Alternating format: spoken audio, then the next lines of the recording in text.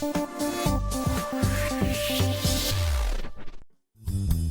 views and opinions expressed in this program are those of the participants and do not necessarily reflect the views of BronxNet or the program underwriters. Welcome to Public Health America, a 30-minute program on BronxNet where we talk with national experts to promote health and social justice. I'm your host, Dr. William Latimer. We begin by focusing on a current health topic from the COVID pandemic to cardiovascular disease. Our goal is to provide you with not only the best science, but practical tips to live a healthier life. On Public Health America, we also celebrate what studies have long documented, namely the unparalleled value of a college education by setting the stage to pursue a career of your choice, increase lifetime earnings and opportunity, and champion the ability to engage in civil debate. But for many, finding a path to college is neither clear nor certain. What if you're a high school student with supportive parents, but feel daunted by the prospect of being the first in your family to attend college? What if you're a single mother or father and want to attend college but have no childcare? On Public Health America, our expert will also talk about decisions they made and support they received that helped them beat the odds. By sharing one or two life lessons, their stories may provide you with the inspiration and method to realize your dreams. This is Public Health America.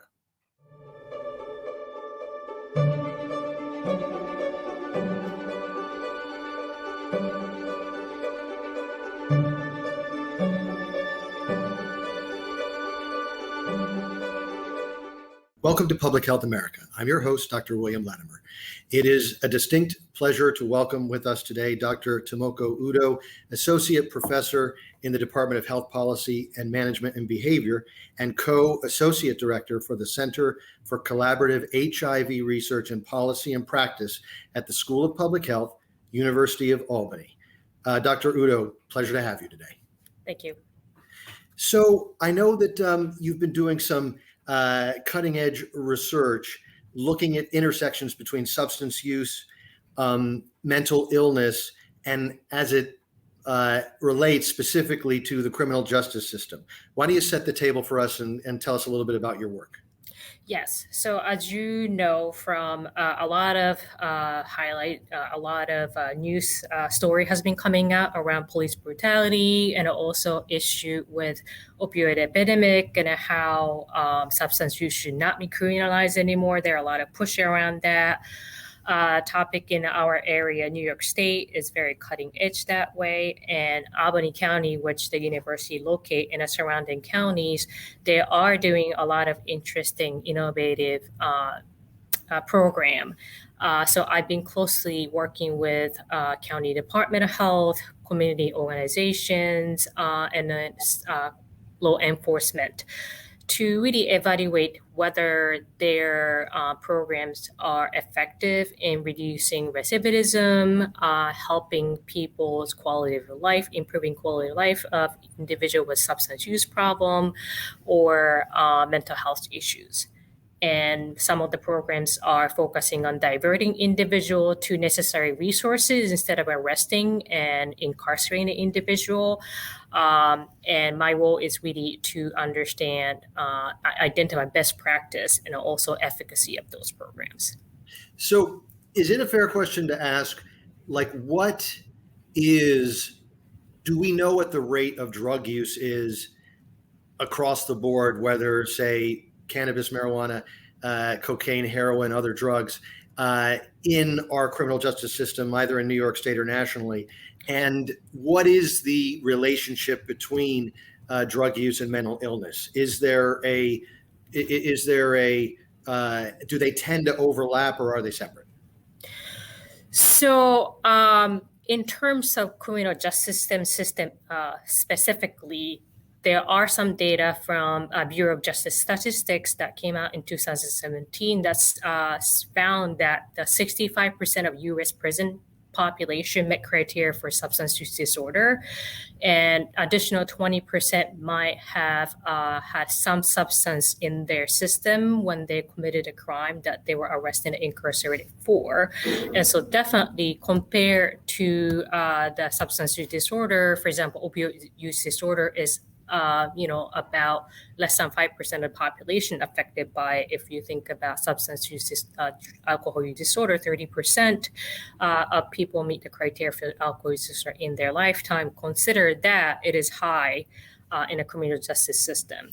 And so definitely it's hard to say causal relationship, because it could be that substance distorted someone's mental ability to make a judgment that might lead to the substance, crime, or some stress led to the substance use abuse. So that the causality seem to be bi-directional, but there's definitely a strong association between substance use and involvement in the criminal justice system. And definitely there are high prevalence of comorbidity between substance use and other mental health disorder. Definitely more than half of a population, incarcerated population, have comorbidity between substance use and other mental health problems. So rates are exceedingly high of substance use in the criminal justice system. And I would imagine that in the criminal justice system that the focus is not treatment. And then there's this, correlation where there is this overlap between mental illness and substance use. In a nutshell, where are we at today to deal with substance use and mental illness in prisons and jails? And where do we need to go? If you had your wish list of 2 or 3 things that would change to make the system better, what would they be? So one of the initiatives even happening right now in New York State is the increase in access to medication for opioid disorder in a jail and a prison setting. There's a legislation being considered in New York State right now. In terms of local specific, for example, I work with a program with the Albany County Jail and Catholic Charities Care Coordination Services, who are providing access to medication for opioid use disorder in jail, and also provide harm reduction-based reentry case management services after they get into return to the community. And so even these programs are still relatively new, and whether they are helpful in terms of reducing recidivism is still unknown. We're hoping to find that by doing longer assessment and evaluation. But in terms of other data, they suggest that the continuing engagement and access to medication for opioid disorder definitely reduce risk of overdose, and also access to treatment and improve their substance use outcome. And so it would be great if this legislation will be approved and signed and become available, so that people, incarcerated population, everyone in the state can access to the medication if they need to. That would be great. So are you saying, let me make sure I understood you. Are you saying at this time that treatment for opioid abuse or dependence is not available in prison settings in New York State, but there is legislation to change that? Right. Some prisons, some state local jails are making that available, but it's not law. It's not required. There are legislation to require that. That's on the table right now. Got it. So what I would imagine that like, how robust is the data, the empirical data that informs policy and decision making in these populations, and how are you seeking to move the needle on making policy decisions more science-based, if that's a reasonable question? So as someone like me and other states, a researcher in other states, are definitely trying to collect the data, working with the state that one way. And definitely the cost always becomes an issue for the county, and particularly counties, jail, who have to cover the cost for these medications when they can't really use the insurance. And so definitely it's fine to say that all prison and a jail have to offer these medication, but they also have to come with the funding, because definitely funding becomes an issue. So cost effectiveness and efficacy of these programs in reducing crime and also substance use, that has to happen. And not much systematic research has been really done around that. So where I myself also and some other researchers are trying to get those empirical data. Very good. So, even reading just regular news media outlets over the last 20 years, I think it's reasonable to say that when one looks at decriminalization or legalization of cannabis, marijuana in many states, that in some ways one could suggest that's a radical change in policy that's occurred in our lifetime over the last 10 or 20 years. And some of that is informed by research. I don't mean to suggest for 1 minute that it's a black or white issue or it's just simple, that doing that is simple, but it is a significant change. Let's talk about policy, legalization, decriminalization of substances beyond cannabis/marijuana. Is that part of your work? What are your thoughts on what we need to be doing there? So there are definitely, if the violent crime has happened, then, it's just inevitable that the incarceration and then people should go through the criminal justice system. I think the issue is lower level possession and non-criminal, non-violent crime that occur, possession or possession and so on. And when that happened, that mass incarceration happened because of the possession of those lower level crime end up being the incarceration. I think that's where everyone wants to put a stop to it instead of incarcerating individual, which is not effective in deterring anyone from using it again. Why don't we link them to treatment or provide a treatment, whether prior to going to the jail or in jail if that person has committed some serious crime, to prevent the same mistake from happening. So rather than incarceration, rehabilitation, that's what people who are advocating for approach is looking for. And it can not be just marijuana. It can be done with other drugs as well, as long as people are linked to different different treatment, effective treatment. And people need to understand that the substance use, as like any other chronic behavior change, requires some relapse and repeated treatment. It's just the nature of the disease. So I think compassionate approach, as we do to diabetes or some other chronic disease, may also be important to consider. So we have about a minute left. In that time, is there sufficient treatment for substance use in New York State?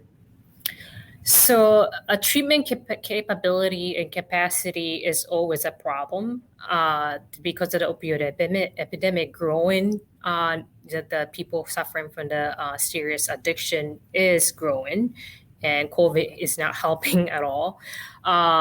But definitely we are seeing progress in, for example, providers offering medication, the buprenorphine, which can be prescribed by the primary care doctor or nurse practitioner who got waiver. Its number is increasing. It's the issue of really stigma is always an issue. People are afraid of being treated badly in a treatment setting, disclosing their substance use in a primary care setting. So in addition to increase the capacity, we definitely have to work around the stigma so that people were not deterred from seeking treatment because they had a negative expectation of fear of being treated badly. And, I have to say, the notion of stigma with substance use being different than, say, some of the other conditions you mentioned, hypertension, obesity, cardiovascular disease, it just seems like that is one aspect of this major problem that the needle hasn't moved too much in recent decades, meaning that, you're saying that there still is great stigma. I would be inclined to agree. How do we change that stigma? One of the important thing is people who with the living experience openly share their experience, that that reduce stigma, particularly, and it is common issue. People think that it's not happening everywhere. With this opioid epidemic, everyone experience it. If you ask someone, everyone knows someone who were affected by the addiction, family member or friends. If we can openly talk about this, that'll definitely help open up some, and reduce stigma. And criminalization of the substance use definitely has been contributed to stigma because it's a punishable criminal behavior. That's part of the reason also why everyone's pushing for less criminalization of some of the substance use behaviors. Great. Thank you so much. We're going to take a quick break. When we return, Dr. Tomoko Udo will tell us a little bit about her personal experiences and how college helped set the table for an excellent career as opposed to a job. This is Public Health America. We'll be right back.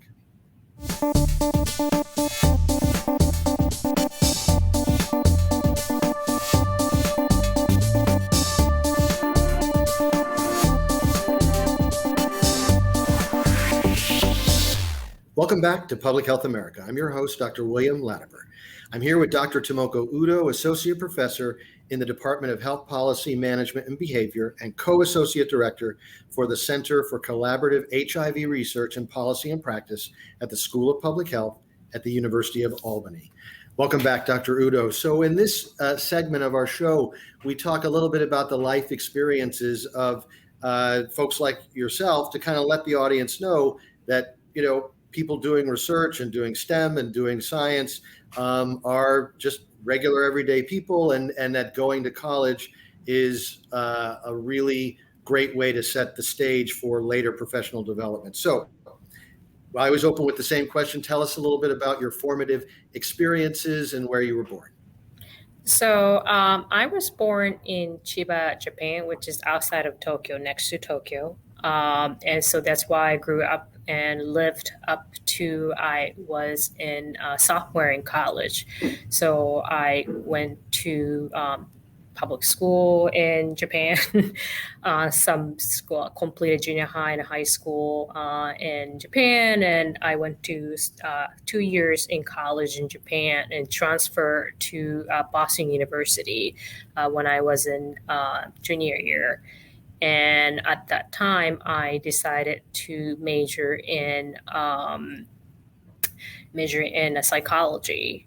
And the reason for me to wanted to come to the U.S. Was that so I learned when I was 19 that my grandmother actually committed suicide, and so that's what got me into wanted to study psychology, particularly clinical psychology. And so I got into Boston University. I was supposed to start in fall of 2001, but I came a little earlier and started taking class in summer. And the very first class that I took was about addiction. And that just fascinated me, interested in how the drugs change someone's brain and the behavior. And that really hooked me into addiction. So I decided to work in a laboratory in animal laboratory who does a cocaine research at Boston University. And that really got me into brain science. And so I decided to pursue behavioral neuroscience degree from Rutgers University as a graduate degree. And so that's, and I was able to get in and started to do, this time was a human research and human physiology and how people respond differently, emotional response, emotional reactivity to some stimulus might predict risk for alcohol use disorder. And I completed my master's degree, and at that time, I started to feel that maybe rather than focusing on the brain, I might want to get into a little more and a discipline with a little broader impact. And I learned about public health And I got very interested in public health. And so I decided to pursue PhD in public health rather than behavioral neuroscience. And all those, one of the things that I think interesting, but also was informative for me to really decide which direction I wanted to go in terms of my career, really was that the exposure to different level of science. So I started with the animal research, which is, kind of preclinical, moved to human, and then really decided to go larger scale. And then I can cut across different level of the science, so translational science. And that really, I think, made my career very unique. But throughout, I definitely focus on addiction throughout because that still fascinates me, obviously. And after that, I completed the postdoctoral degree at Rutgers as well. I went to Yale University Department of Psychiatry and did some medication discovery research. And then after completing some faculty fellowship, I joined the University of Albany, my current department. And here it was more of the whole school and the department focused on community engagement research. And so I got to interact with community organization who's doing amazing program to help with the substance users, and police departments who are trying to do innovative program to help people with substance use. And that's really changed my trajectory into what I discussed in an earlier section, where studying the intersection of substance use, mental health, and criminal justice system. And I think one of the things that I learned to be able to acquire through a different set of education was that flexibility to be able to adapt myself in a different setting. And I think being open-minded and open to any opportunity that you can gain would be really critical. And that was very helpful for me. Sure. So you've just outlined a lot and a very amazing, trajectory and career at some pretty good places. And also I'm terribly sorry about your grandmother. Let's go back to Japan. So you must have been early 20s, right? When you came to the Yes. US. Did you immigrate by yourself? Did you have family? What was that transition like? Because I would imagine that was a pretty significant life change. Yes, I was alone. My family is still in Japan. So I just came here by myself. I did complete some, English language training prior to summer. And so I had some friends in the area, but it was just by myself. And it was, even though you learn American culture from movies and you would think that you know a lot of stuff about America, but you live here, it's very different. Healthcare system definitely was very intimidating for me. And to be honest with you, I did not use U.S. healthcare system until I took a course in healthcare system when I started graduate school, because it was so hard to navigate through. I had no idea, because as you know, Japan is universal healthcare. You can go anywhere and get any treatment. Here is different, and it was just too much for me to learn. Right. And I still feel that way. No, I mean, I think that's so important because, obviously the United States has a great many immigrants that come here and are very, very successful and lead, successful careers and lives and pay taxes and all that other good stuff. But, if someone that has navigated the educational system as well as you have can testify to being intimidated by the healthcare system, I think it's not a great leap to think that might be a common experience for a lot of folks that are in this country. Absolutely. So talk a little bit about, so in your undergrad experiences when you did some animal research, were there any, and you've already mentioned very eloquently that, sort of being open to things and, finding what's out there opportunity-wise and taking, advantage of it are some of the secrets of your success. were there other elements of your undergraduate experience that help you to navigate that in Boston, either through mentors or networks you had or any other thing that I'm not mentioning? I had yes, definitely mentor. It could be my faculty advisor definitely was helpful, but also graduate students who were in the lab helping me out, and they're very open. And my English was not as well as good as right now, but they helped me out with that and tried to help me navigate through the U.S. education system again, which is different from some other countries, and so that was definitely helpful and helped me with my career. And friends, who are used to who know more about the how to succeed and how to get into how to do well in the U.S. The college was definitely very helpful. Sure. And what were coming from another country? What do you recall factors that led you to Boston University? Like what informed that selection? Definitely reputation. They have a very good psychology department. Location was another reason. Also, my parents were used to. My father has been to Boston, and he felt comfortable. So it was more of a family decision. But Northeast definitely was. I was attracted to Northeast for the location and what's available. But definitely resource that Boston University can provide. And one final question, in terms of financing your undergraduate, was that difficult? Were you eligible for various grants? What helped you get through that way? So as an international student, I was not allowed to get any financial aid. So it was very expensive. And fortunately, my family was able to help me out.